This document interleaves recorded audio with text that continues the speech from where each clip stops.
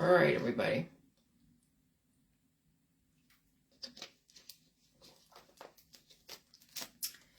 It's time now to finally face reality, because reality is here, the future is here, the future is now.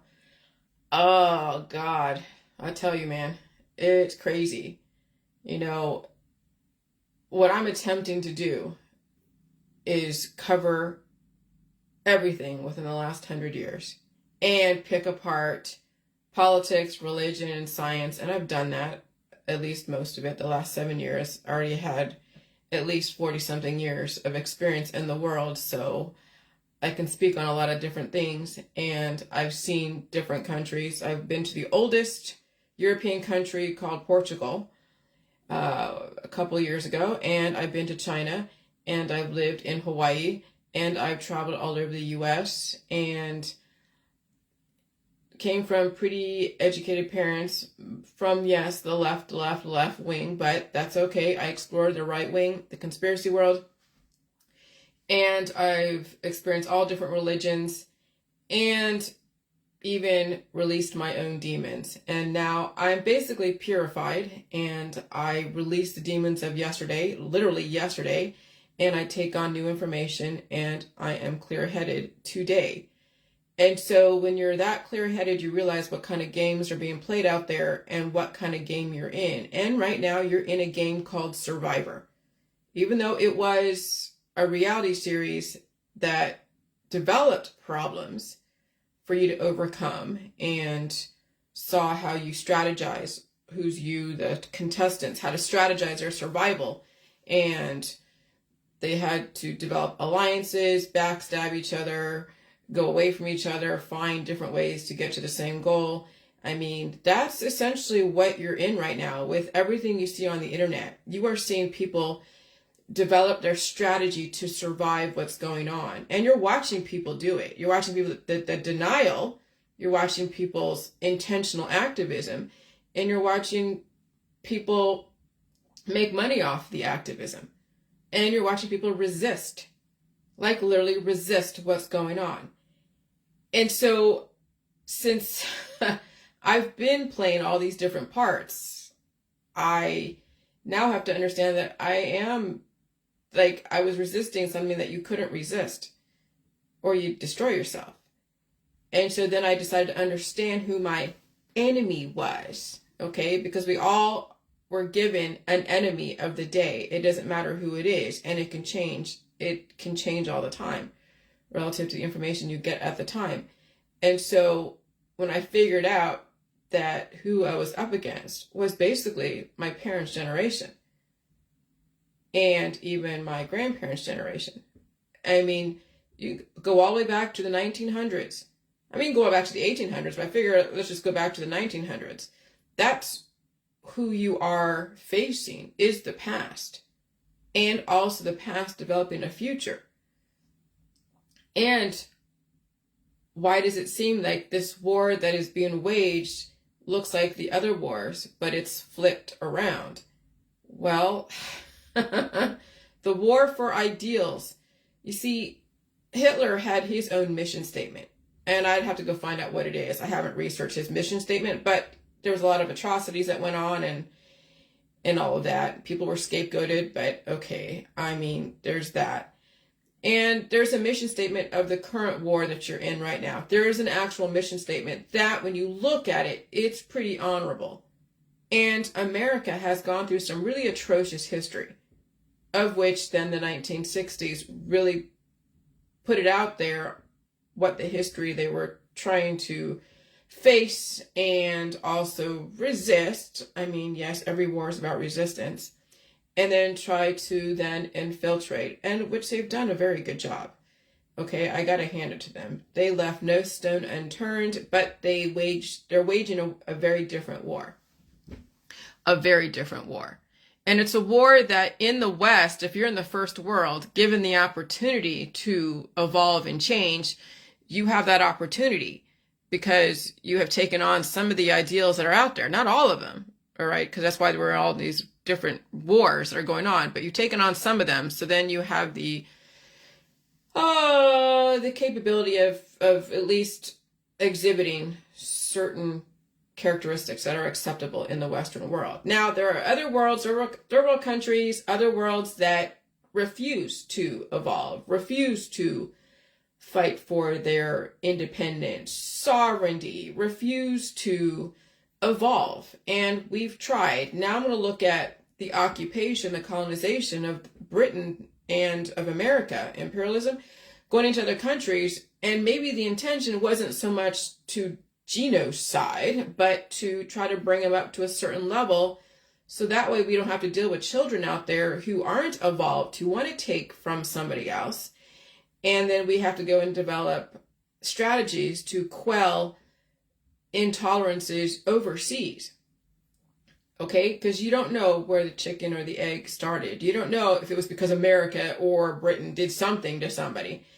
I mean, it potentially could be true. It may have started out that way, and then we realized that eventually as time marches on and countries and cultures took on some of the innovation, like the guns and the BOMBs and developing ships and getting access to ships and buying ships and then pirating on the sea, pirates, and all of that. Oh my God. I mean, you know history a little bit. And so then we'd have to get people up to a certain level so they wouldn't take from somebody else, to develop a culture so they can be relatively self-sufficient.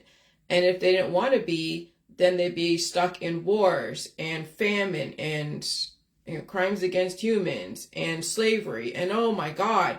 And then you see the past keep repeating because then there's so much reproduction. And so then what is a first world to do when we know nobody lives in a bubble? They're going to want to venture outside of their culture and go find treasures and wield that over the people in their country. And then, you see what countries do. Sometimes they really brainwash their society and throw people in caste systems like North Korea, probably some parts of India, or maybe India, because they have a caste system. And so, I mean, but that's each culture's choices. But now the West, the New World Order, is now getting rid of the old world order. And you're seeing that on Facebook Reels. You're seeing some of these deserts with old world people flooded out, like aggressive floods in third world countries. And you're like, holy shit. Yeah, holy shit. It wakes you up to see the power of Mother Nature. It wakes you the fuck up when you see a wall of water coming down your street and you're on little shanty towns and sticks and all that. And so, yeah, it wakes you up and you realize that you're up against a formidable force that you can't resist. I mean, you can try, but it's futile. Okay? You could try to resist, but it's futile. Now you have to learn how to dodge the weather, dodge the fire and brimstone when you think about it. And they're telling you, the system is telling you, in not so many words, but in so many words. That's what I'm saying. You got to listen to some of those maps and look at those maps. Figure out a game plan.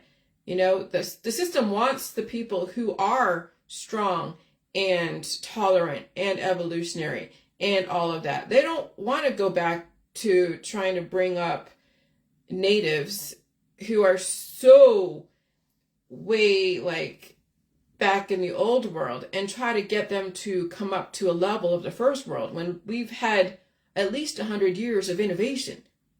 When you have the West that has done so many experiments, has done so much research and development, developed societies and religions and all that, you think they want to get rid of those who've already been conditioned on some level at a certain level of intelligence? You want them to say, okay, get rid of all the intelligent people and we'll go back and try to bring up now the natives over there up to our level, and there's resistance, there's this and there's that. No, they're not going to fucking do that. But there's even people who are relatively first world, who are so in resistance. And so then you have to strategize. You have to surgically figure out how to take out people who are not evolutionary, who will cause constant wars and intolerance and crimes against humans individually. And how do you carve that out of a population? Well, there's so much strategy, psychological operations, There is, I mean, Tavistock. You gotta hand it to the British Empire. You gotta hand it to them. They fucking know some shit. And whether I survive or not, I still have to be like, damn, I hold a lot of respect for the British Empire. I really do. Because remember, America's only 247 years old. George Washington came from England, okay? So I know who my parents are when you think about who my parents are as far as who taught America. It was the British Empire. And they've seen so much. They've seen a lot. And before that, the Spanish Empire, then the Portuguese Empire. But I'll tell you, the British Empire knows a lot. So those of you who are in Britain, I'm telling you, respect your fucking government. You may think they're doing some crazy shit, but there's a reason behind it. I know you don't want to be taxed to death and all that, but let me tell you, there's a reason behind all of it. And when there's so many people, there's so many things going on, you don't know what the end result's going to look like. So you just got to deal with it and be the last one standing. And who knows what kind of paradise, right, you'll end up with if you can survive the Great Reset. So we are in a game called Survivor. And it's the ultimate reality show. The show was first developed in England and then it came to the US 20 years ago. But I bet you it was Tavistock that developed it to begin with, okay? And so America has its own history. Now, this is my warning to all the conservatives out there. And no, I'm not a conservative hater. I'm not a hater of anyone. I'm just letting you know that a lot of the conservatives, especially in America, are in the crosshairs of some crazy ass weather and old world people who are stuck in their wealth and stuck in their, lack of evolution, stuck in their baubles, heavy consumerism. And so when you think about the storm that's going on right now, Hurricane Lee, that's given you guys 2 weeks warning, okay, to get out of the East Coast and maybe even out of New England area, well, that hurricane is going right up into the New England area, and there's going to be some devastation. How much? We don't know. This is all so new to us, okay? And so not only did Florida get hit at least twice in the last 2 years, and we know that storm came right through Georgia and up the coast, and then you see South Carolina, North Carolina, all getting hit on the coastal communities, and then even LA, Southern California from that tropical storm. And then we know there's fissures and fires and earthquakes in California. Okay? And we know that there is sinkholes in San Francisco. They said a water main broke and caused that sinkhole. That's probably true. And who knows if there's any concentrated forms of energy. But you're seeing now the indicators. And it's not just the conservatives that are in the crosshairs. It's also those who can't evolve. Those who are stuck in consumerism. Those who are redundant in what we called building the infrastructure the last 50 years. That have big families. That are intolerant to food. Intolerant to government ways, because the government is the one that has to regulate the people. Or you get people who are popping off, become like the mafia, and become their own faction, and the FBI and the CIA and all that have to go and infiltrate and figure out how to keep them from being so influential and victimizing people.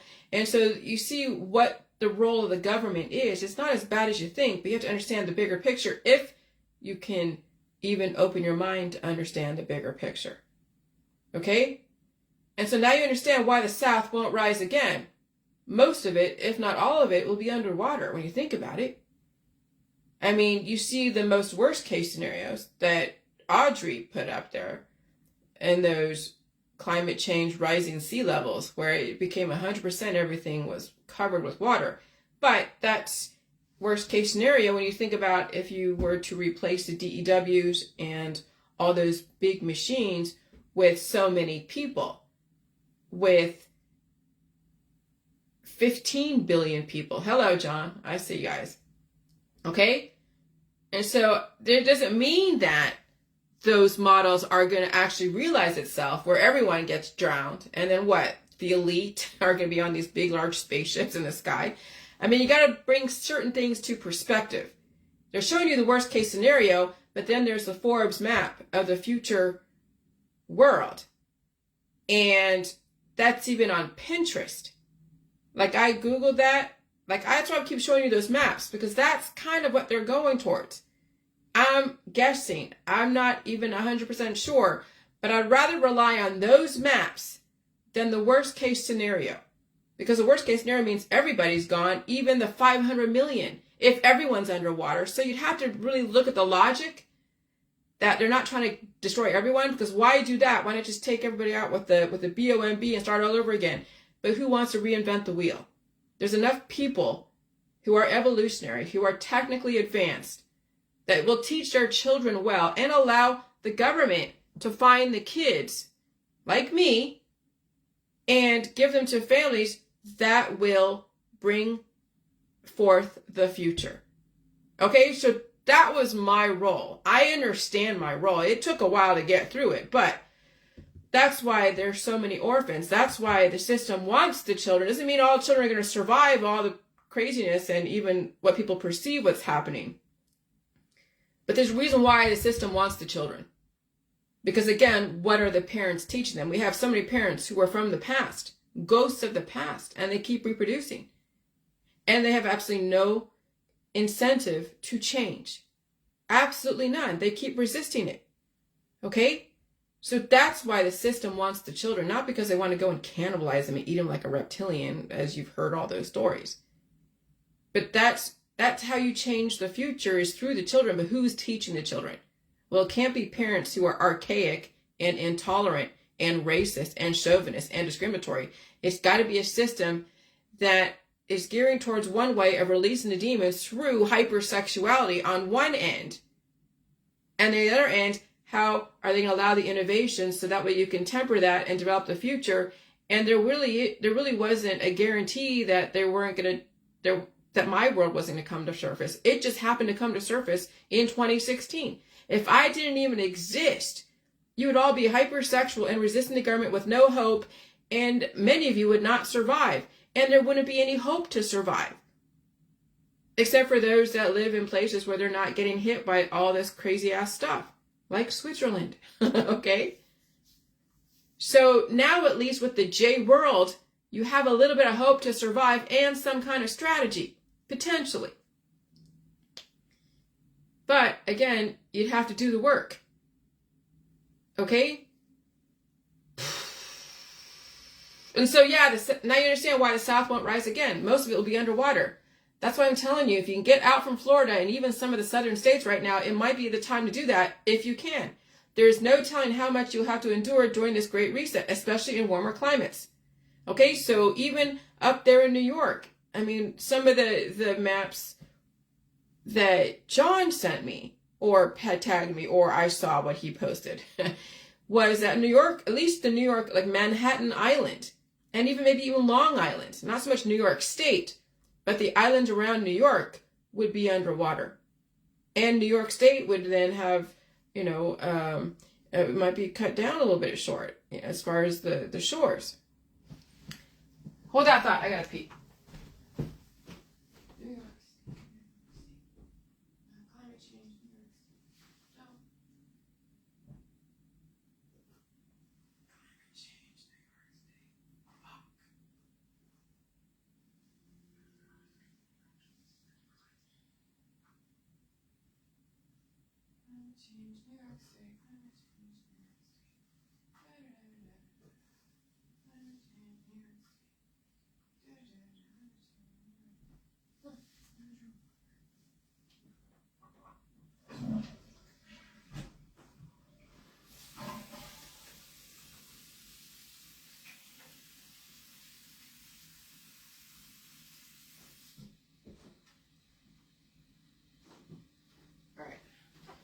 So climate change, New York State, and then London. London might, I won't say all of London, but parts of London or England might be underwater too. Okay, so there's all that possibility.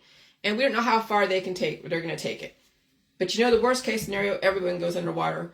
And the best case scenario is the 4 future maps of the world. So, it's only a couple days after 9/11, and so many people. Hold on. God damn. So many people are still stuck in 9/11. That happened 20-something years ago. Okay? And so one of the strategies of surviving is to deal with that trauma and face it and channel that trauma into something sustainable. Because if you're stuck in 9/11 and you didn't die, maybe somebody in your family died, maybe someone you knew died, and I'm sorry. But if you didn't die, then you can take that trauma and channel it to save yourself and save your family.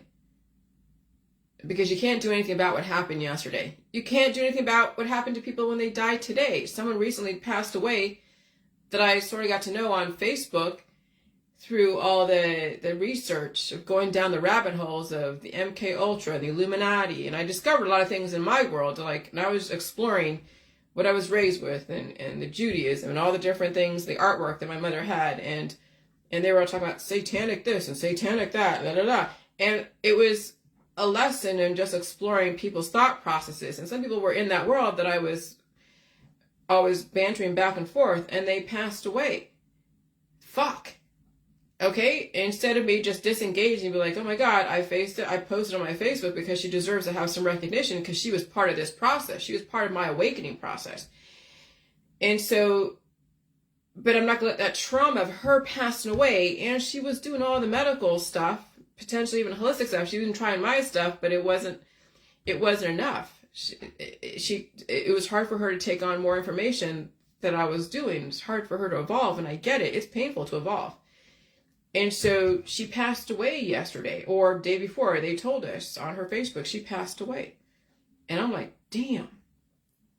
But I do not want to have that trauma destroy me. It's going to drive me just to know what it is I'll be in for. It's priming me for some future shit. So as far as 9/11, I don't know how to help you guys to get past that. But maybe that was the fear they wanted you to remember. If you think it was an inside job, whether it was or wasn't, it's irrelevant now. You survived it. And if you believe it was an inside job like Maui, now you know that they are serious.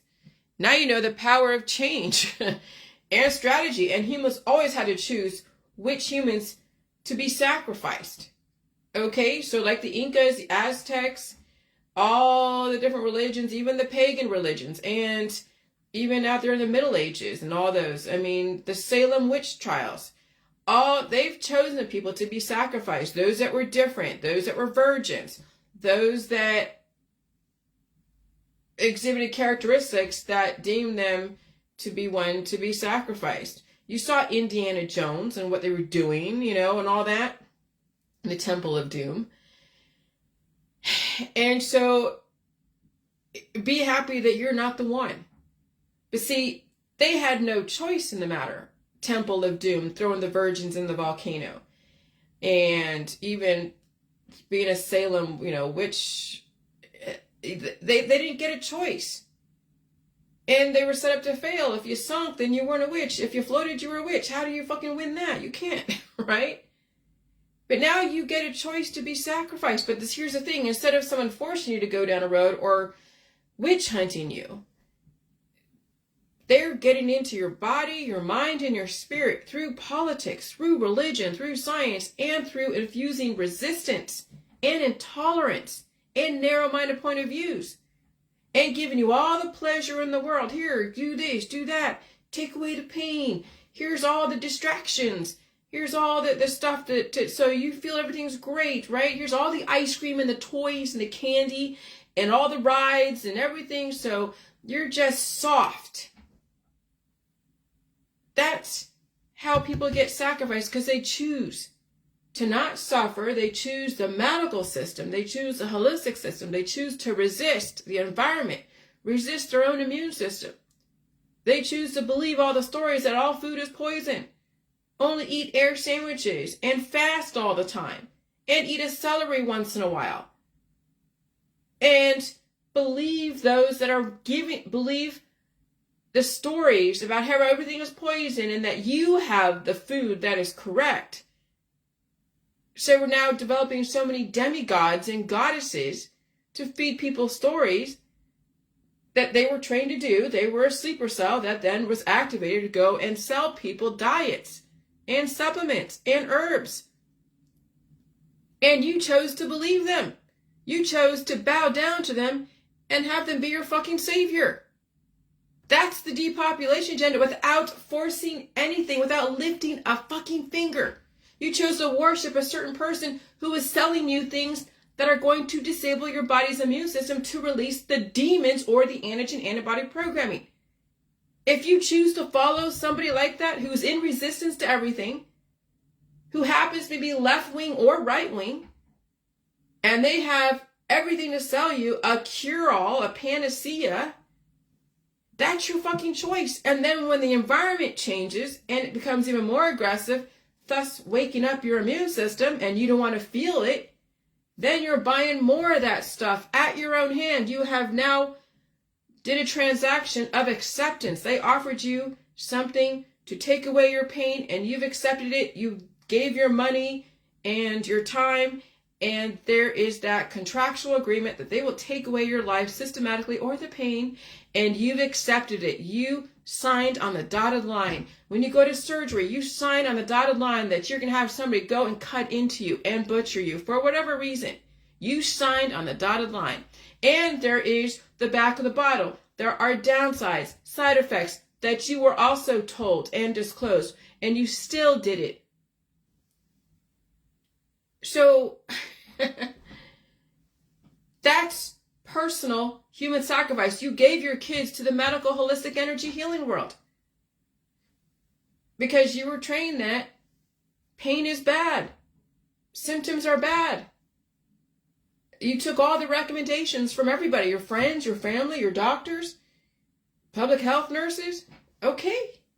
And when you have kids, they don't belong to you.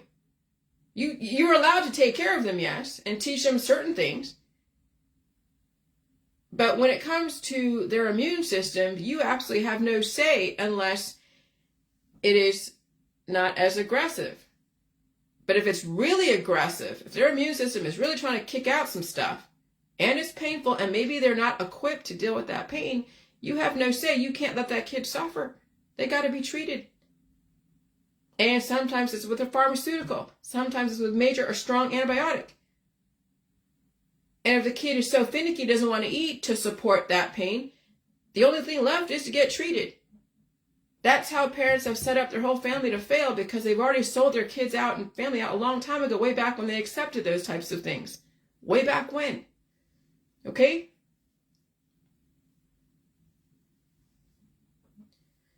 So you sacrificed your family. You sacrificed yourself when you sign on the dotted line, when you go into a contractual agreement of a transaction of buying those supplements, those herbs, antibiotics, those surgeries, and even a therapy. That's why I stay away from the medical holistic energy healing world, because I'm not trying to destroy myself systematically, especially in this environment. So be happy you're still alive, and there's nothing you can do for the people that have been sacrificed 20 years ago in 9/11. I mean, I will never forget.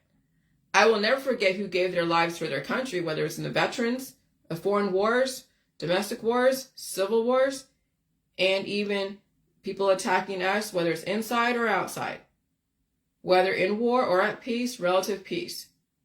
And so I came to terms with my own upbringing, and it was hard and it was painful. And I hold no resentment. What's there to resent? I'm still alive. I was given the tools to deal with stress and anxiety and pain and suffering. Okay? And I didn't die. Obviously, I'm alive, and I figure I had to redirect my body from being on a death trajectory to then a life trajectory. And it was through strategy. That's what it's going to take to fucking survive this whole great reset in body, mind, and spirit, is strategy, and realizing where you have the power and where you don't. And so I survived everything, okay? And I developed a path to the future. So what I did is I took all that trauma and channeled it to surviving. And I wanted to fucking survive. I had every fucking intention to live. Take all that trauma and channel it to save your own life. Save your family. Don't let the trauma of the past destroy you, because it will if you let it. And when I say don't live in the past because it'll catch up to you and destroy you, it's true. When you're so full of shit, and I'm not saying do all the detox and laxatives, but that shit, that colon, your colon has so many colony-forming units of the past that invaded every sense of your being, invaded every cell in your body. And so every cell in your body has a lot of the past and the deterioration from the past.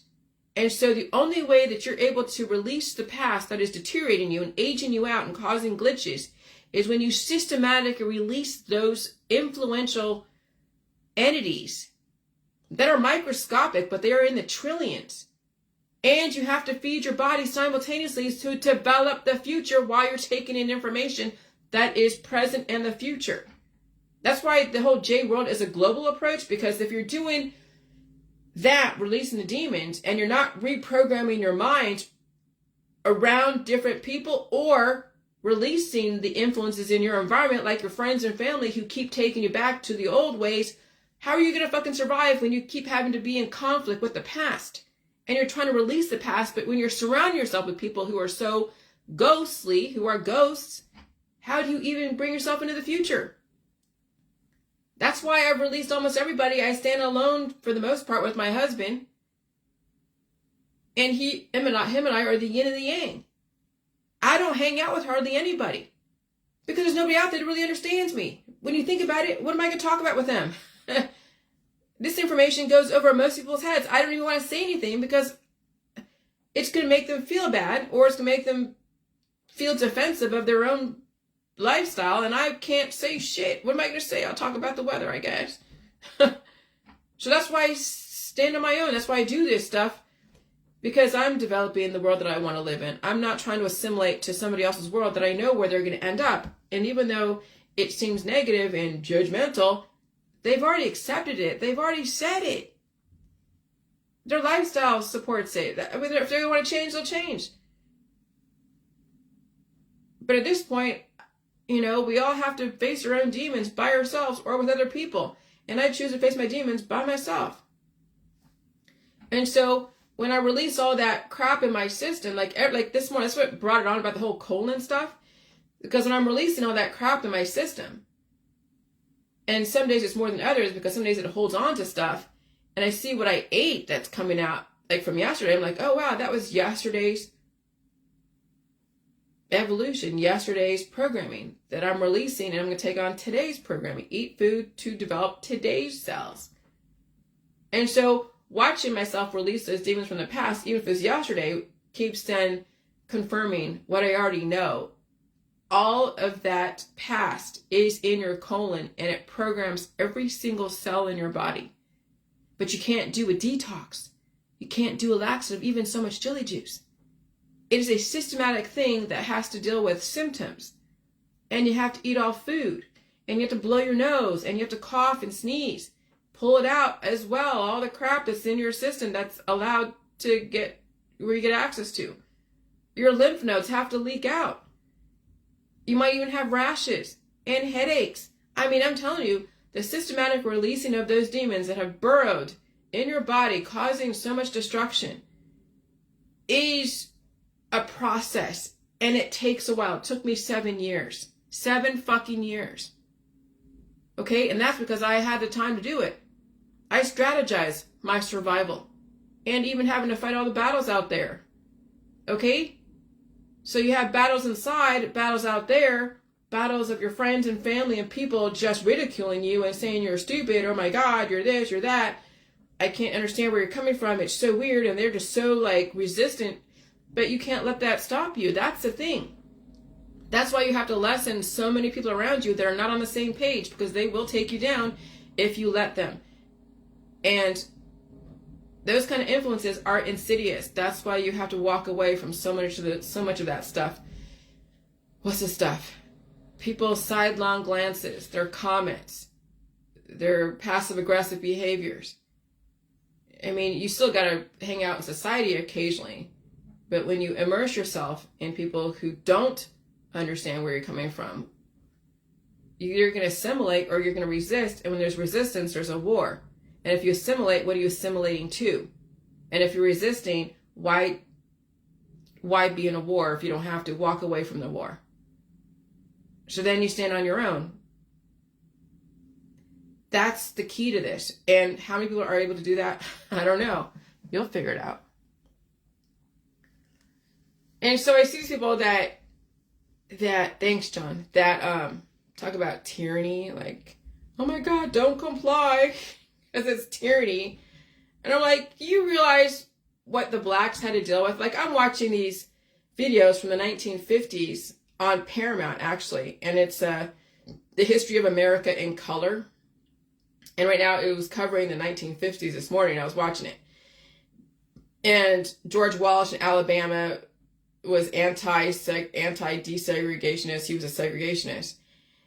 And the South, man, Alabama, all those southern states, Mississippi. I lived in Mississippi. They dealt with some fucking terror, with some tyranny. They couldn't sit on buses. They were strung up. They were lynched. They were dragged. They were hit. I mean, oh my God. Do you want to know what tyranny is? Be a black person in the 1950s in the South. Oh, we get these white people that don't understand this. They're like, oh, we're in tyranny. Oh, okay. I know it's all relative. You think that wearing a mask or someone suggesting to wear a mask or someone suggesting to do a V is tyranny. Let's pick apart the word tyranny. Tyranny. This is tyranny. Discrimination and racial segregation is tyranny. Chauvinistic principles are tyranny against women. Your government warning you about weather 2 weeks in advance, okay? You realize that we've been given a warning of this little big hurricane creeping its way up the fucking eastern seaboard as far as the Atlantic, not even hitting the shores. They're giving you 2 weeks warning versus somebody over there in Libya getting all of this rain on the desert, flooding their town. You want to know what tyranny is? When you can't evolve, and the system's like, okay, well, we can't evolve you. You don't want to come to the level of the first world, and you might be a danger to people or whatever, and we want everybody on the same page. Well, tyranny is, well, we're not going to oppress you. We're just going to flood your ass out, and we'll see who survives.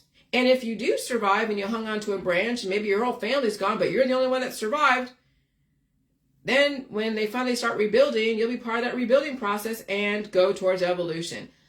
That's not tyranny. That's just like Mother Nature with a little bit of help. Your government warning you about weather 2 weeks in advance is not fucking tyranny. Recommending a therapy as well as asking you to wear a mask in private establishments or government offices is not fucking tyranny. And the argument whether or not anything works is irrelevant. You still have a choice in the matter. So when someone said, well, the masks don't work and the V's don't work, so why should we even have them recommend it? Well, who cares? It doesn't matter if you think it works or not. Everyone's perception of what works or doesn't work is different. Okay? So it's irrelevant what you believe the masks or what the therapies do or do not do. It's the fact that they're recommending it and the fact that they ask you they do this if you're walking into an establishment that has mixed company. Okay, so that's not fucking tyranny. You're getting a goddamn choice. Again, go live in the 50s as a black person. You'll know what tyranny is then, right? Or an Asian person in an area where they don't like Asians. Or a white person in a black area that doesn't like white people. Okay, that's tyranny when you're held under a rule, an oppressive rule by somebody else. Kids that are under a parent's rule that's pretty aggressive. Well, you could say it's tyranny, but there's a reason behind it, there's programming. But what kind of programming is it? And then that's the difference. Okay, so George Wallace in Alabama was tyranny for the black people. Okay, and so he, let me see. He was an American politician who served as the 45th governor of Alabama for 4 terms. Wow, he is notoriously remembered for his staunch segregationist and populist view. During Wallace's tenure as governor of Alabama, he promoted industrial development, low taxes, and trade schools, while sought the United States president as a Democrat Party, wow, candidate 3 times, and once as an American Independent Party candidate, being unsuccessful each time. Wallace opposed desegregation and supported the policies of Jim Crow during the Civil Rights Movement, declaring in his 1963 inaugural address that he stood for segregation now, segregation tomorrow, segregation forever. That's tyranny. That's lack of evolution. That's holy shit. I'd be scared of that, living under that. Holy crap. And he was a Democrat. See, you guys see the Democrat, Republican, you know, they don't even exist anymore. Those are now interchangeable. You don't know who the hell they are anymore.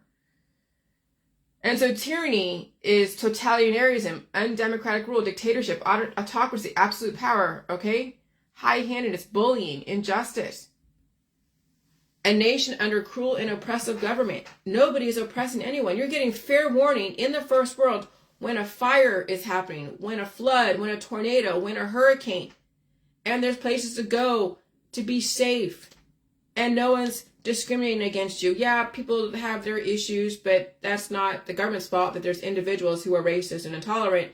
But overall, the system has changed for the most part. And even something like State Street, global advisors, saying, well, now we're going to give the minorities a chance to compete. And we might be like, okay, I know it's reverse racism, but then if you have an Ivy League college and you've been trained at the best universities and you're so qualified and they're like, nope, we're going to pick this person who has community college. Okay. And if people take their money out of that, fine. Eventually there's going to be monopolies and you only have the choice of working with these people with community college. And there's still someone who is advanced that will oversee that process. Or you go and develop your own company. Okay? That's pretty much what's going on. So, whatever. And so tyranny is all relative to your perception. What is tyranny to one person is a choice to another. It's not a matter of compliance because you don't have to take a V or wear a mask.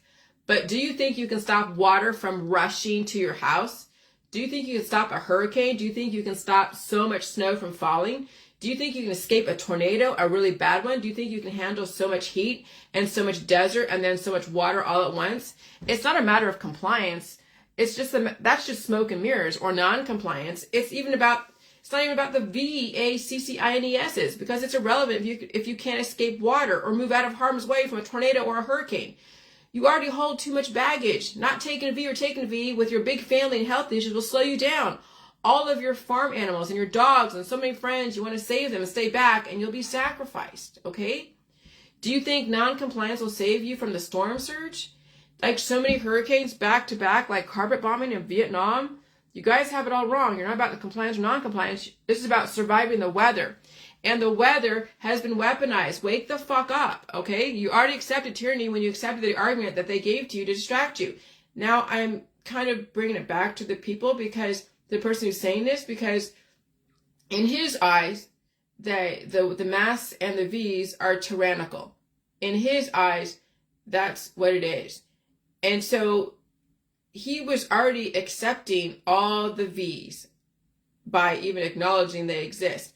He's accepting all the homeopathic herbal remedies and all the remedies. He's accepting having a bunch of children. He's accepting that type of future that may be basically done with.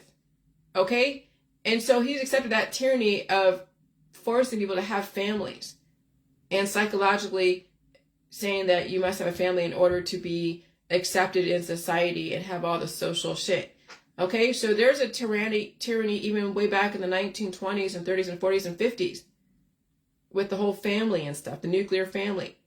And so you already accepted tyranny when you took your supplements and detoxes, wanting big families in a world that will force you to choose your life or your child's life. Because when you already accepted tyranny with every single political thought process you have they gave to you and your religion.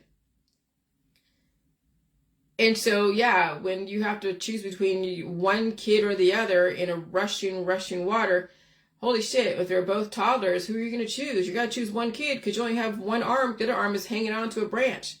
Okay? You are accepted tyranny with every single political thought process they gave to you that you have and your religion. You already accepted tyranny. Will you survive the tyranny you already accepted? Your resistance is their persistence and your compliance. You already lost. You lost way before you even knew the war was waged. Your parents and your grandparents already sold you out. They sold you out ever since 1900. Will you be the generation to survive World War III? And we're in World War III. Remember, it is about survival. Most people will not survive their own health issues or their own immune system, okay?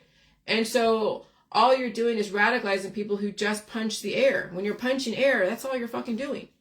Rant and rave on Facebook and YouTube, just like me, but I am in Ohio. I release the demons. I know the worst case scenario is Lake Erie coming to my front door, tornadoes and floods, and I'm prepared for all of that. I've released the baggage so that way I could just leave at a moment's notice. I have absolutely no attachment to anything in my house. I could lose it all and I'd be okay. And so I have not only biophysically prepared for this and mentally prepared for this, but I've also intellectually prepared myself for what could happen.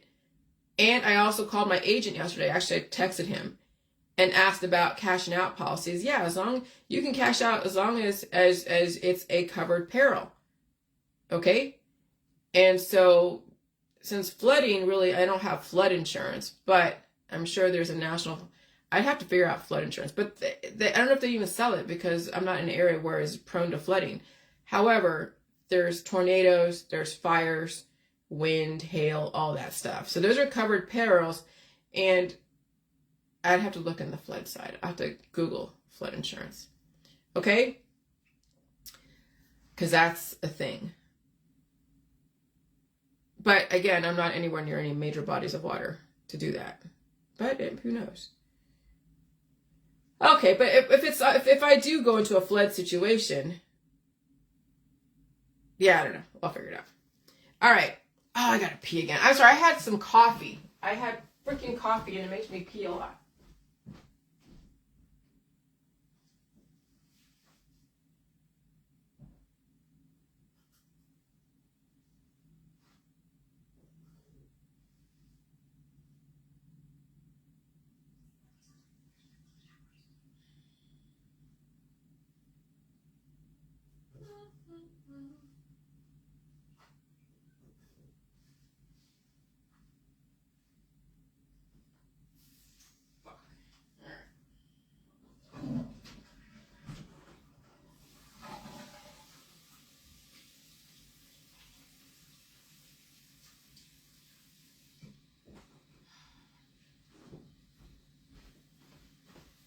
All right. And so, but those who are ranting, oh yeah. And so remember, it's all about survival. Most people will not survive their own health issues. And so all you're doing is radicalizing people who just punch air, rant and rave on Facebook and YouTube, just like me. But at least I'm in Ohio, mostly from harm's way, away from harm's way, whatever. But we'll still listen to indicators and get the fuck out. But those who are ranting and raving, telling everyone not to comply, will barely survive their own health issues. And they live on the coast or even in California. And remember, the Southwest and the Four Corners are also to be projected to be underwater. Maybe not so much New Mexico, but Colorado, parts of it, I think, yeah, Colorado, Nevada, Arizona, and all that. You got to look at and see where, and most of them are going to be underwater. So punching air, wasting energy. And so I'm in Ohio. In my opinion, where I am at, I can afford to punch a bit of air. I release my demons. I'm not looking to hold so much baggage that will hold me back, especially during these times of crisis.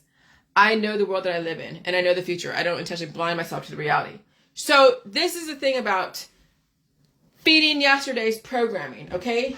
When you keep feeding yesterday's programming, you will just feed the past and not the present or the future. And when people die, they die in the past, okay? So when people die, they're like, no, they're not dying in the past. They're dying in the present. No, they have the past inside of them. Because when you think about what is causing your death is the fact that you have children who have not been matured to mature you and save you and be reinforced to keep everything going. And so these kids who are starving in your body are then eating the parents. They're cannibalizing their own parents and the body their parents reside in. Okay? And so when you die with children who have not been matured and programmed for the future. You die with kids that are deteriorating. Now look at out there with people with kids who are deteriorating. The parents passed on those genes of politics, religion, and science. And these kids might be cute. Yeah, they're cute, but the parents are teaching them all the old traditional ways. And so these kids are then going to be like in so much need. Then you see these kids who are special needs and they live in the house forever. They can't leave. They can't really go anywhere unless the mother dies or there's no one next of kin that's going to take care of them. So they're then the wards of the state. And so those kids actually cannibalize their parents because the parents had to take time off of work, expend resources and time and money and food. So the mother isn't going to evolve. she's held down by that child who has special needs forever. That's what happens inside your body when you hold on to so many immature cells. Juvenile cells are immature. They can't mature. It can't evolve. It's like having a special needs kid in your house that you are now taking care of forever. And you really can't get ahead because you have to have this kid. You have to make sure this kid is this and this is that.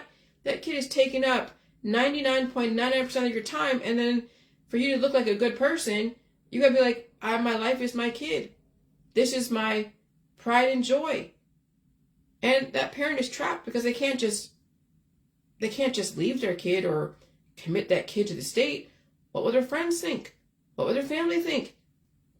And so they're stuck with that situation, and the kid will cannibalize them indirectly through time and through money. Okay? That's what happens when you have deteriorating juvenile cells in your body. The parent also deteriorates because the kids suck the life out of them. That's a microscopic way of looking at death.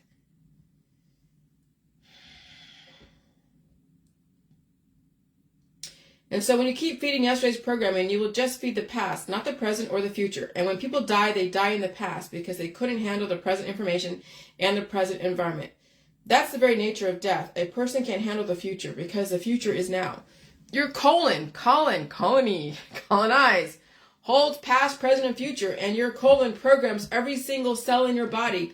That's why you can't detox out anything. It's embedded into the very essence of your body until you systematically release it. That's why it's painful to release the past, which is why people don't evolve. They were programmed to stay stuck in one way with a little bit of evolution. With a little bit of evolution. If they can handle it. But when the past catches up to them, they can't handle the future. And that's when you're so full of shit or you don't have enough shit to program you for the future, and so then you're stuck in a cured state of the past, taking all your remedies and surgeries until your body gives out, or you are blowing up because there's so much of the past and conflicting program of the present that are at war with each other, and then people have hormonal imbalances and they gain massive amounts of weight. Then it's a diet suddenly. That's why you must understand my information. And I'm not trying to hurt anyone. I'm trying to give you an opportunity to survive. Release the past, but not all of it. Only releasing whatever gets in the way of your thinking in the present and in the future. Okay? It's very difficult to future think when you live in the past and celebrate the ghosts. You can remember them, you can remember your parents or grandparents. You can remember the holidays and all that. But there's a fine line between remembering the ghosts of the past and living through them and channeling them all the time. How many of you channel? I channel my mother occasionally when I get all high and mighty and shit. And then I add on evolution on top of that. So I revert back and forth to what I was taught and then what I'm trying to evolve into. And then my resistance and then my assimilation to what's going on and strategizing. Okay? And so I don't want to just channel my mother all the time because I don't know if she's doing what I'm doing. I haven't talked to her in a few years. Okay, but I do channel her a lot, but not all the time. What I'm trying to do is channel the future along with the past, acknowledging the past and strategizing the present so that my future is predictable for me. Okay? So that's why families can be dangerous. People become their parents, ghosts of the past. And then many people destroy change and evolution, becoming intolerant and narrow. It's not just one culture. When all cultures stay very homogenized, that's the unintended consequence of not changing and reproducing the past in the future. And so the thing is, when you look at all the 7 generations that are existing, there's only a little bit of the greatest generation, but there is a little bit of the silent generation still alive. Then it's the baby boomers. That's the biggest. And they're still living in the past, the 1960s, 1950s, 60s, 70s. And that's where all the radicalization of change and drugs and sex and alcohol and civil rights and resistance and war. And we're repeating that because we still have people that are still stuck in that modus operandi. And it's hard to breed that out of people who have it in them, and you can't force them to change. You can't tell them, well, now it's time to redirect. I mean, they have told you climate change is going to happen. Sustainable development, sustainable everything. Davos, World Economic Forum, is here in Ohio. It's part of the Regional Planning Association. When I Googled regional planning for my area, the Great Lakes area, because before it was 2050.org. That's not there anymore. Now it's RPA.org, and it's mostly centralized over there in New York, given the history of the reset of sorts from the 1920s. And then you have to go and Google your own region's planning, their own regional planning, sustainable development, and what they have in store for you and your children. And then you figure out what's going on so you can survive it. Okay? And so, yeah, we have 7 generations that are alive, and we have a little bit of the past and a lot more of the boomers, okay? And then we have some millennials with Gen X, which just go either way. That's why we call Gen X, because we were major experiments. We were the what is X. I wasn't, hold on, I wasn't particularly programmed for anything specific. I was the actual X factor. I was either going to assimilate and be married or end up like Anna Nicole Smith, right? Or I was going to innovate and take all that trauma and do something with it. So it could have gone either way with me. That's why I'm the quintessential Gen X. Okay? Because I was not groomed into anything specific. And so you want to have a little bit of the past. You want to have the balance of the present and the future. The internet can represent the past, and we develop the present in the future. A constant future. And I got that term from actually that Davos thing. From Global Sustainable Development, something like that. So just like the 7 generations today, the greatest generation, the silent generation, boomers, Gen X, millennials, alpha, beta. And so the millennials are going to mirror their parents, the boomers. Okay, and so that's why they will replace their parents as we're going through this great reset, and then they will die off unless they redirect. And they'll be having the alpha, the beta children who may or may not survive. They'll be the canary in the coal mine. And so will the millennials, and so are the boomers. And so are the Generation X, but the alpha and the beta will be the canary in the coal mine. Some will survive, some will not. All right, so you must have a little bit of the past to remember. It must also hold present day values and information, and must be open to future goals. And when all of those juvenile cells swirling in your body are not being programmed for the future because they don't have any parent cells that are programmed for the future, just deteriorating, then you get children, juvenile cells who age out only temporary and die just like their parents. Now look at all the families out there. Kids are being taught by their parents who live in the past. The kids are nothing more than ghosts. I mean, it doesn't have to be that way, but the parents would have to be the one to mature, not age out, and teach their offspring if their offspring is teachable. And not all the time is their offspring teachable, because the old world gripped them too hard and could not be released from the past. And so when you have grandmothers controlling the family, yeah, forget it. Grandmothers are not really that evolutionary unless she's willing to change. And if she's that far gone and the daughter's like, well, yeah, whatever, the grandmother will take her family down. That's why everyone must learn how to save themselves and not expect anyone to follow in their footsteps. Because once that kid is programmed by you in the system before you woke up, if you wake up, the kid must make their own choices if they survive them. At least when you don't encourage them to all die and reproduce and have a bunch of kids and using all this stuff, and you're just like, hey, I don't use remedies and surgeries and pills or power supplements, and I pull out the demons and I do this and I eat all food, and I'm not encouraging Johnny, Billy, Susie to have a bunch of kids or a family, then you'll be that balancing force. And the person will choose. But you have to be the representation. Grandma, grandpa. But if you're not representation, they have nothing to choose because you're not giving them the choice. Okay? So that's why my world is a global approach to a very individual issue called intolerance. And it's not just racial or economical intolerance. It's environmental and biological and even food intolerances, because all of them are connected. And before you go and say that food is poison, if the system wanted you to destroy you, really, you wouldn't be here. They would find a way to take you out sooner than later. Okay? They wouldn't develop a war and just take everybody. They would just develop a war and take everybody out. But you can't throw away the baby with the bathwater. So the system has a strategy. Sometimes it's surgical. Okay? Literally and figuratively. Surgical DEWs or surgical in the system, oncology. Sometimes it's psychological operations, hearts and minds, or in the school system. Sometimes it's herbal. Okay, we know that. Drugs and remedies. Sometimes it's pharmaceutical. Sometimes it's painful. And if you can handle all of that and still survive, you are the survivor. And you're watching those in the old world not survive, and they were given the chance to. Let's say it was Maui. Let's say they were given a chance to survive, to sell and do this, and they're like, nope, nope, nope, nope, nope. And people are like defending their choices, which I understand. But remember, we're going into a new world order. The old world is being washed away, and that would include indigenous people. Who's to say they own the land forever because they were there longer? Does that even hold water anymore? Because you were just like in America.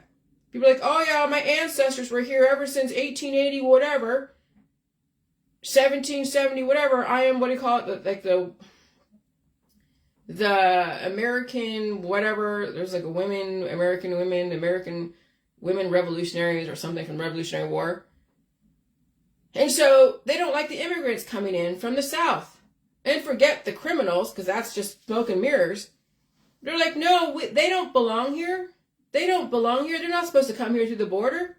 And somebody asked me, well, I understand if America was built on immigration, why are they protesting immigrants coming in? Because it's competition. They think because they were here longer that they deserve to stay here and feed off their parents.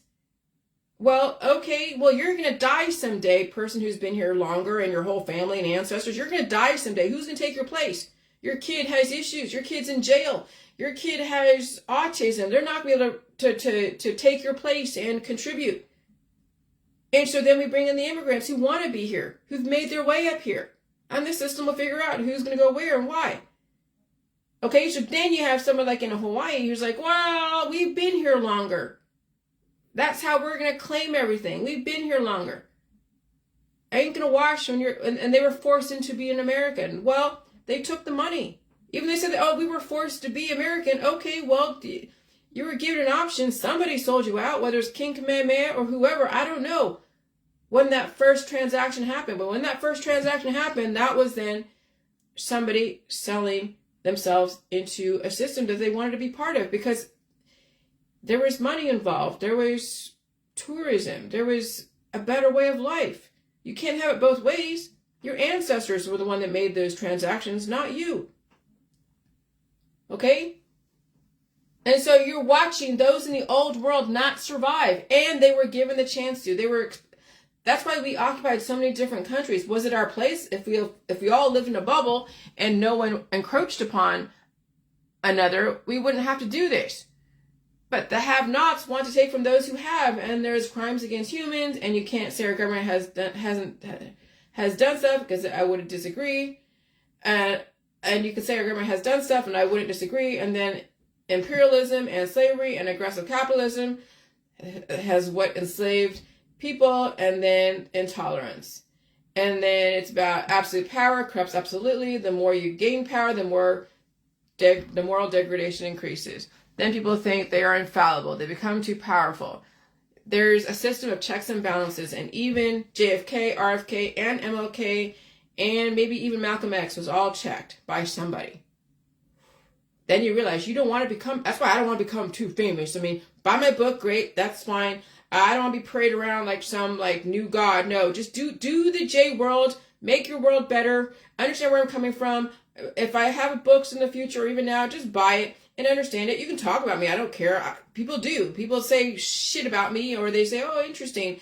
And that's fine. You can make your money off me as long as people get the word out and they figure it out. I don't care. I don't really fucking care. I have my contribution, and if you make money off of resisting me or supporting me, great fucking yeah. Be the representation. And then we all can have a place in history. Because it's not just me. I'm only representation of myself. You're the one that has to do the work. And then you can represent something that's amazing, that you can call your own.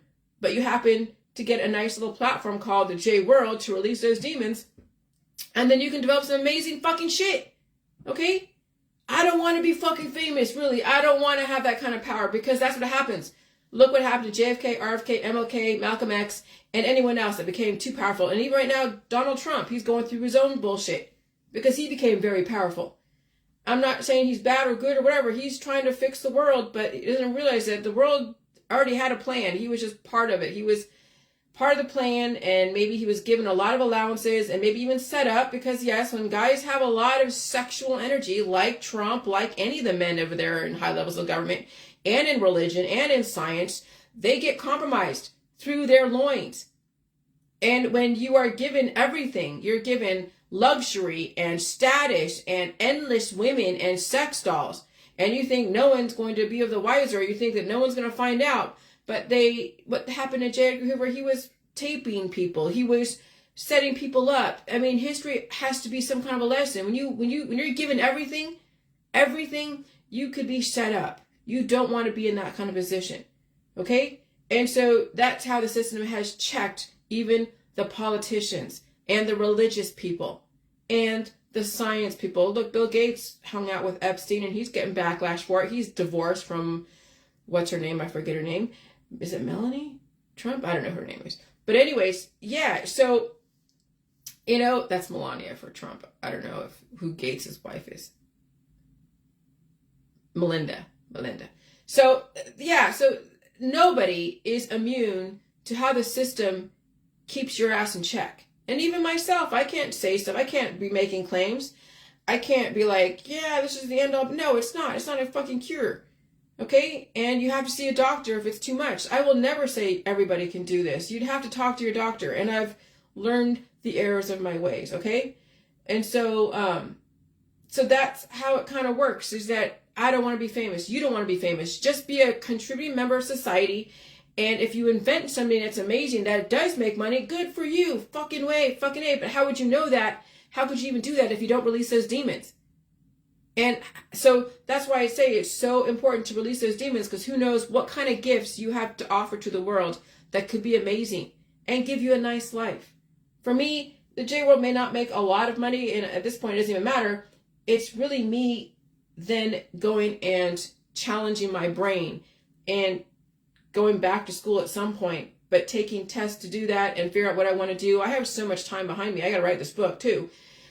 And who knows what the future holds. But to expect that you're going to get famous for hardly doing anything, that's not realistic.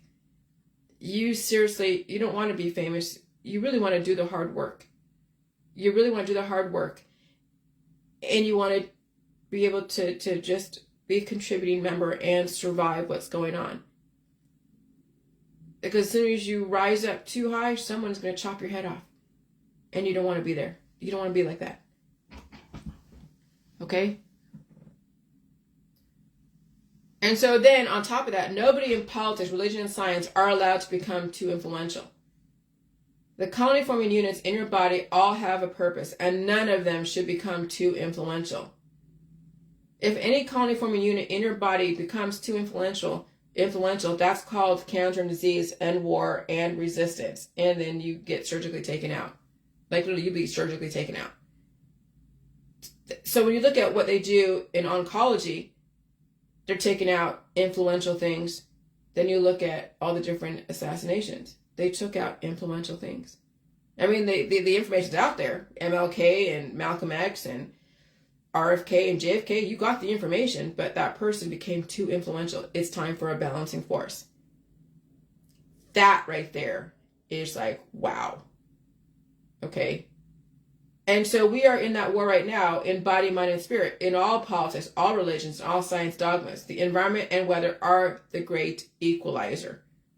And so if you can't prove intentional assassination, then you're going to have to look at the weather. Okay, so then you look at colony,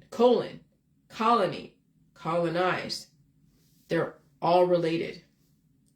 Your colon holds the colonies of every single belief system in politics, religion, and science. And it colonizes your body, mind, and spirit. Now you have to look at what is colonizing you. And some people are so radicalized, their colon is so radicalized in their politics, in their religion, in their science. Now look at people's Facebooks. Look at what they talk about. Look at what they promote. look at their intolerance and look at their tolerance.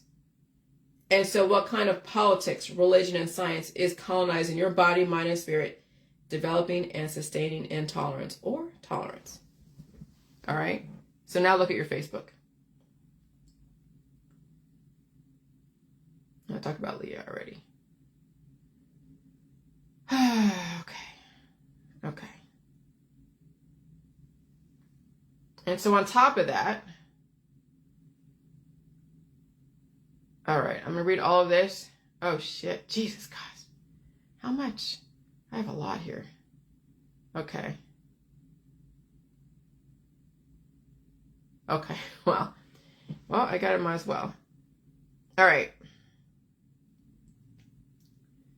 I will read this. All right, let me just drink some water.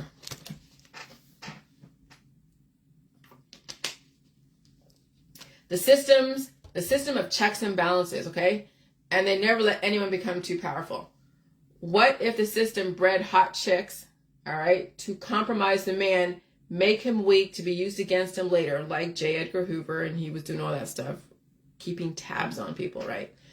Whether to drain the life force out of him or his finances, or be used as a tool to put him in compromising positions if he could not control his loins and desires and he went against the state.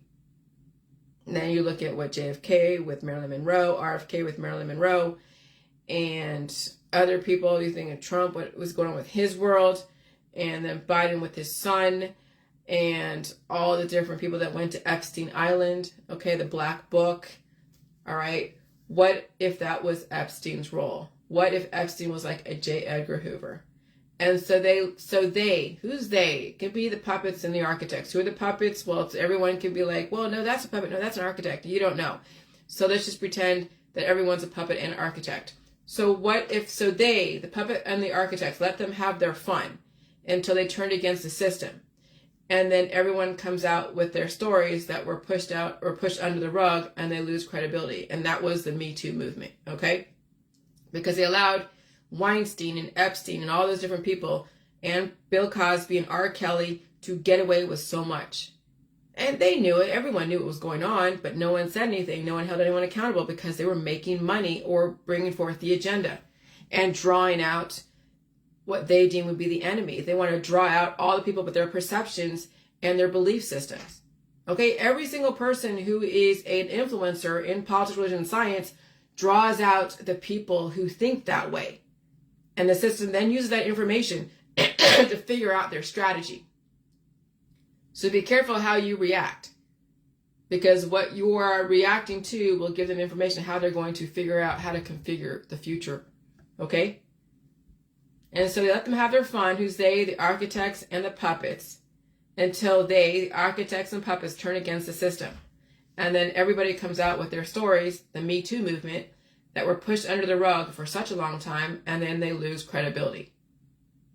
So what if, who is they? The architects and the puppets, and they are interchangeable, relative to which side you stand from. No matter what, the agenda is going to be realized. Everything is already set up and completely out of your reach. And so when you think about what I was thinking about, like with Trump, that he's all part of the whole whatever, and they're shaking hands and hanging out together over there because they were working back and forth with each other. And then maybe the literal dark horse or the wild card was Trump. Maybe, and they allowed that wild card. Reconnect. And so maybe that wild card was Trump, and they allowed that wild card to come through. Okay? And so, and they made you think that they were some part of some big club that you weren't part of. Or maybe they were given enough power to help the system or go against the system or to draw out the enemy, per se, right? So then when they tried to make change and speak the truth, you didn't take them seriously because you assumed they worked for the agenda. And maybe they did and maybe they didn't. And you would never know, and you would never know who was groomed for a specific part. And so you would never know what someone knew and when they knew it. You would never know how far back people were told what agenda would be. what the agenda would be. You don't know if they just knew one aspect of it. There are probably people in Congress that don't even know the bigger picture. They're just another pawn in the game of, yeah, you can be a congressman or a mayor and you can sit on your platform and we'll give you the power and we'll play with the press and you can develop stories and they can develop stories or suppress stories until the time is right. So I remember the independent guy, I think it was Matt Gonzalez, over there in the mayor in San Francisco was going up against Newsom. And before that was Willie Brown. Or before that was Schwarzenegger or Willie. I forget exactly. But yeah, I think Schwarzenegger came later. And before that was Anyway, so I remember I met Matt Gonzalez on the bus. And he was just a regular dude, wanted to, it was a grassroots effort, San Francisco politics, right? And I met him on the bus. I was at City College. This is in 2000. That's right. It was 2000. Because I was on the bus at City College, and this is before the war, before we waged war. Yeah, because it was 2001. It was after 9/11, and then I was in City College. That's right. And then Matt Gonzalez running for mayor. He was the independent or something like that. And then I know Willie Brown was somewhere there and Newsom was somewhere there. And yeah. And I know Feinstein was like in the 80s. So yeah, so they'll allow you to go and run. I mean, go ahead, run on your platform and make change and whatever. But so, and they can develop stories and suppress stories until the time is right. And so that's why you be very careful when someone wants to give you a lot of power. You could be used as a tool and a patsy. Don't get greedy, okay? It's okay to know the agenda. I mean, I know the fucking agenda. I mean, can I prove every single aspect of it? No, but you can read between the lines if you're that discerning. It's not okay to get in the way of it. No matter what, they have the power of developing perceptions. And that's when I watched the Boston bombing. I'm like, fuck, I'm not dealing with that. And so that's why it's so easy to fool people and control people. The masses will believe anything you tell them. And if you set up a perception to look like something, they'll just string you up just like that. Just look at my situation. They fucking hammered me 7 years ago just by how they spun the story. That's how powerful the media is and who pulls the strings. Granted, they were right on some level. You can't make claims. And there's a science behind that. You don't want to sell anyone a cure that hasn't been FDA approved. So JJ's was never a cure. It was a catalyst, but we had to figure that out. I need all food. And so they had a science behind them, and so did I. I just had to learn how to say it, and there are laws around making claims and absolutes, and I agree with that. However, allowing you guys to believe that salt killed a hospice patient was strategic on their end. But in reality, people don't die from salt, and the system put you in hospice, not the fucking JJ. But the system knows your fears, and the system knows how to radicalize people. They had thousands of years of practice, and they know how to get you. They know how to set you up. And so when it comes to actual depopulation, when it comes to a system not allowing the system to evolve very quickly, they won't allow you to get in the way of the agenda. Not that you could. People are already entrenched. Remember, they have the power to paint a picture, a perception, and you better keep your nose clean and follow the rules. Don't get greedy. Don't think that you're immune. The rule of law, not the law of the jungle, will govern the conduct of nations. And at this point, it doesn't even matter if they want to infuse doubt in a system you used to depend upon. So at this point, it doesn't even matter. If they want to infuse doubt in a system that you used to depend upon, they will. And if they want you to rely on something and trust something, they won't say anything. They will let you go on until it's time to change, and they develop another story to redirect. Upon further investigation or research, we found that it wasn't this, but now it's this. Sudafed worked at one point, allegedly, and now it doesn't work anymore. That's whether it's true or not, it doesn't even matter. If they say it's true or not true, that's gospel to a lot of people. Okay? And since you depend on the infrastructure and the system, you have no choice but to deal with the change. Even if you think using cash and living off grid is a protest and living outside the system, just wait till you get a cashless society and storms that fuck up people's gardens, because that's also a possibility. They use lasers to kill all the weeds. Have you seen those articles that they use lasers to kill weeds? There's just like this machine that goes over a crop thingy, and the lasers kill the weeds. So you're not going to need people in the fields. There's going to be so many things, and the system. Okay, so what do you think they'll do to community gardens when people start protesting and not complying? Plus, you won't be able to yield what you need to really survive, because you also need the processed food, the proteins, the animal proteins, not just plant proteins.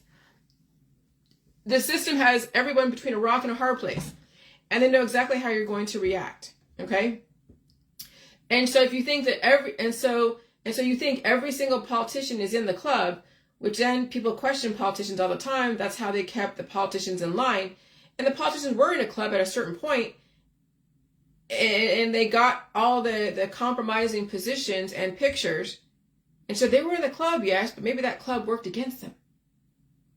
But then there's a perception, so there's that. So then these politicians are set up to fail. They're in the club. They took advantage of the club, and now the club has all the evidence, every single, bargaining chip and tool to develop perceptions, and then ousted from the club when they couldn't assimilate. And so then you think of comedians like George Carlin, government agent, absolutely. How did he know stuff? Well, when he talked, he had years of experience behind him, and he knew that everyone worked together. He knew probably the larger agenda. And you're only in the club if you follow the agenda and play your role and compromise yourself. And then when we finally realize that the club is really not for you, it doesn't matter. They already have the pictures, they have the emails, they have everything. So be very careful belonging to any large group that has influence, because you don't know what you're being used for. Just figure out what's going on. Okay. And so when I posted a picture of 1940, picture of people crowded around a radio, and then they're watching everybody going to all these meteorological pages on YouTube, and they're all about talking about the weather, Hurricane Lee, Hurricane Idalia, Hurricane Hillary, Hurricane now like Margot and Nigel. I mean, it's like crowding around a YouTube page with somebody saying, well, it's going to go left, it's going to go right, and watch out, it's going to be this, it's going to be that. No different than those things on the radio, people on the radio going like, well, there's been a carpet bombing over here in Glasgow, and watch out for over here, and there's a kid missing over here, and oh my gosh. And so it was like, I'm looking at 1940 again in 2023, but now it's like YouTube and all the videos and all the news anchors, all the climatologists, all the meteorologists, the storm chasers, everyone's following and going online live, going like, oh my God, is it going to hit us over here? Is it going to hit us over here? What do you think? What do you predict? Oh my God, it's crazy. I'm like, holy shit. And so my advice, so 2023, everyone is reporting, crowding around all the meteorologists, waiting for wartime scenarios, right? My advice, it will be exhausting with your head on a swivel, waiting for all the different storms, trying to warn people. Okay, find a place for the next 7 years. You can hunker down. It's every man for himself. Check out the Forbes maps of the future. Go down my timeline. And so, okay. You are in the battle of your life. All right. Not doing something, you die or become maimed and lose family, and doing something, suffer the ridicule of your friends and family, and then leaving everything you ever worked for. And since nothing is happening right now, how does one justify changing on a potential future prediction? So when you're in like Florida, you don't know if you don't believe it, and you're like, okay, I don't believe it. Okay, fine. You've been told, even though they're like saying, well, we know that the water is going to be, we're going to be underwater, and these places are going to be underwater, and they've told you this, but then you see that they don't tell you about Nevada and Arizona and even California, but you see those future maps. Even though, they said, well, eventually the ocean's going to rise and it's going to cover a lot of the land, and California is not immune. But then how does Nevada fit into it? How does Arizona fit into it? Well, if California's going to the ocean, who's getting oceanfront property? Well, and then there's Hoover Dam, and then maybe that's what I'm saying. When you look at those future maps, it should tell you whether it's the rain, whether the last rain from Burning Man or not. Those are indicators. You are in the battle of your life, okay? How do you tell your kids not to have kids when they are of age with raging hormones, because they might be swimming with one kid down a raging storm surge while the other one is swept out to sea while you clutch tree branches and having to choose which kid you'll save? It's the suffering. And I don't blame you for being in denial. How do you even tell your kids? The future is different. They're going to have to survive this crazy reset. Many people are deer in headlights. I talked to my agent and asked him about my policy. As long as it's covered under the covered perils, I gotta look for flood insurance, I guess. I can cash out my policy for replacement value minus depreciation and rebuild or buy somewhere else. I'm not going to really buy the flood insurance yet, but we'll see. And that's only if I see Lake Erie at my door or even 10 minutes away. Okay? I mean, Lake Erie would have to go through Cleveland and Canton or Akron and then Canton. And I'm in the northeast side, so I'm in the higher part of the Canton. But Akron would have to be flooded out, so would Cleveland. So, I mean, I don't see that would happen.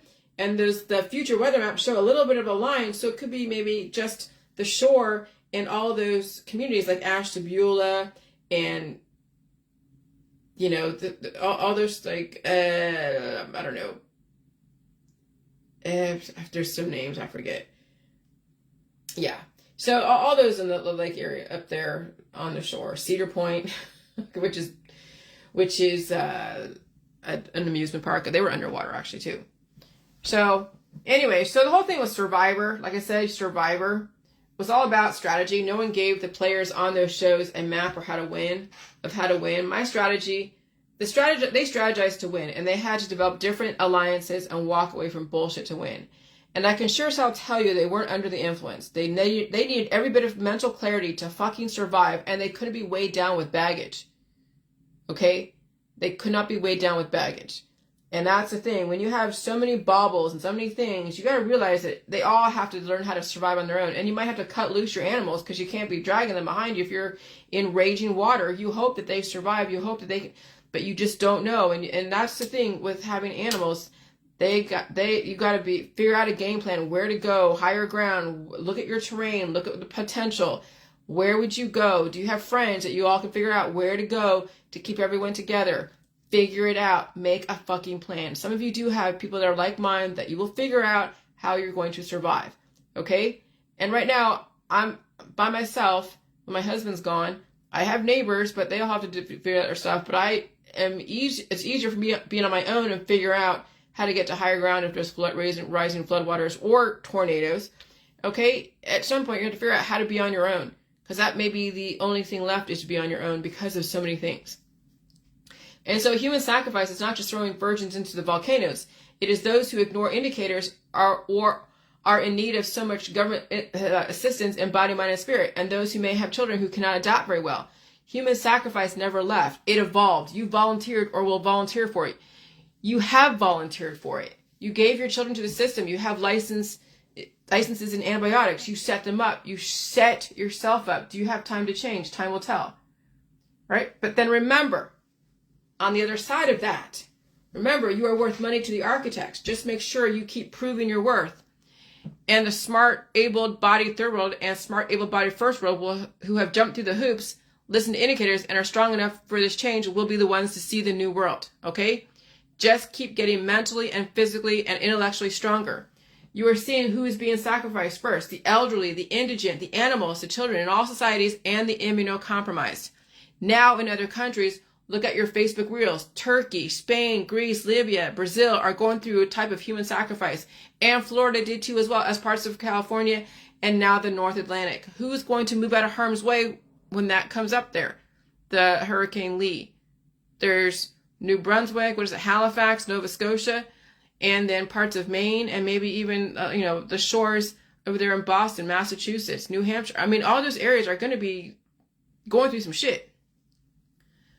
And so the whole shocking doomsday map that Forbes put out there, that is the vision of the 500 million in perpetual balance with nature. Even the billionaires cannot breathe underwater, okay? In my opinion, just pay attention to these maps versus the worst case scenarios of all-out human extinction. Now is the time to strategize, okay? You can be in denial. If you're that poor and you can't move, I'm sorry, you'll have to turn to religion and turn to whatever for you to cope, and then keep waiting for that, for Godzilla, King Kong to keep creeping from out there in the ocean onto land. And eventually shit's gonna happen. There's already another fucking hurricane coming through. This is where, holy shit. And so when I say Google regional planning in your specific area, that should tell you what they're planning. You cannot afford to turn a blind eye. Your grandchildren and children will be subject to whatever's going on if they're not prepared for it because you turned a blind eye. Mom and dad, grandma and grandpa What did you set them up for to fail? Now's the time to start doing your research and planning all of your alternative backup plans. And so now my new book name is called Human Evolution. What is it? Human Revolution. Evolution. Surviving the path to sustainable development. Because you can't stop what's coming. It's already here. How are you going to survive it?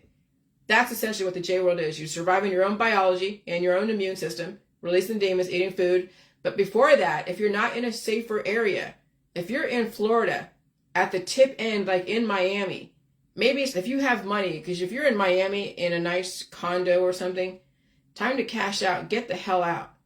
Get the hell out and plan your survival and go somewhere up north. If you are in the coast of Florida, get the fuck out and go somewhere. That's the first part of surviving sustainable development. When they're telling you rising waters and storms, that's the first part, is make sure you're in a safe place. You have food, you have water, you have some kind of delivery system. You have people around you that kind of know what's going on. So if you had a situation, they could kind of help you if possible. Make sure you have a strategy to even have a place to sit and hunker down and have services in your area. So human evolution, surviving the path to sustainable development. If you wait for the proof, right? You may not survive the proof or even getting the proof. Resistance is futile. So people think, oh, it's not happening. Nothing's going to happen in my town. Nothing's going to happen to me. Nothing's going to happen to my kids. No. Okay, you're looking for the proof. The proof, you may not survive it. You may not survive the path to even getting to that proof. And so resistance is futile. Denial is futile, obviously. So figure out a game plan. Look at your insurance policies. Keep an eye on the weather and scout out the places you want to live, because you might have to do something pretty quickly. By the way, the J world is human sustainable development. You are supposed to sustain your life and develop that sustainability. You are not disposable. Okay? But those who can't evolve are disposable. Those in third world countries that just are living like back in the antiquated days, the system deems them disposable.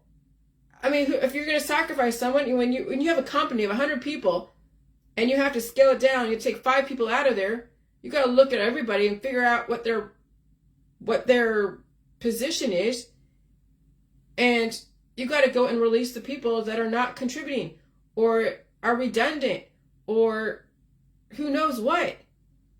You got to figure out who you're going to get rid of, and they're not going to like being get rid of, but what are you going to fucking do? You have to release 5 people. Well, the system has to release a lot of people. A lot. Who are they going to release? The ones that can't evolve, that are not evolutionary, and are expendable. Okay? Disposable. And that sucks, but people even deem themselves disposable. They don't want to evolve. They think America and the West is evil. Okay. They think evolution is evil. Well, look, people in America think that. So if people in America think America is evil and evolution is evil and change is evil, imagine what third world countries think.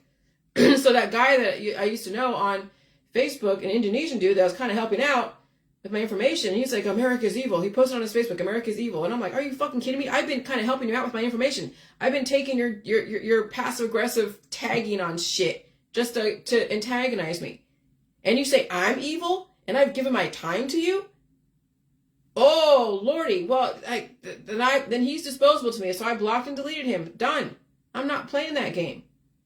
People will deem themselves disposable just by the very nature of how they characterize people.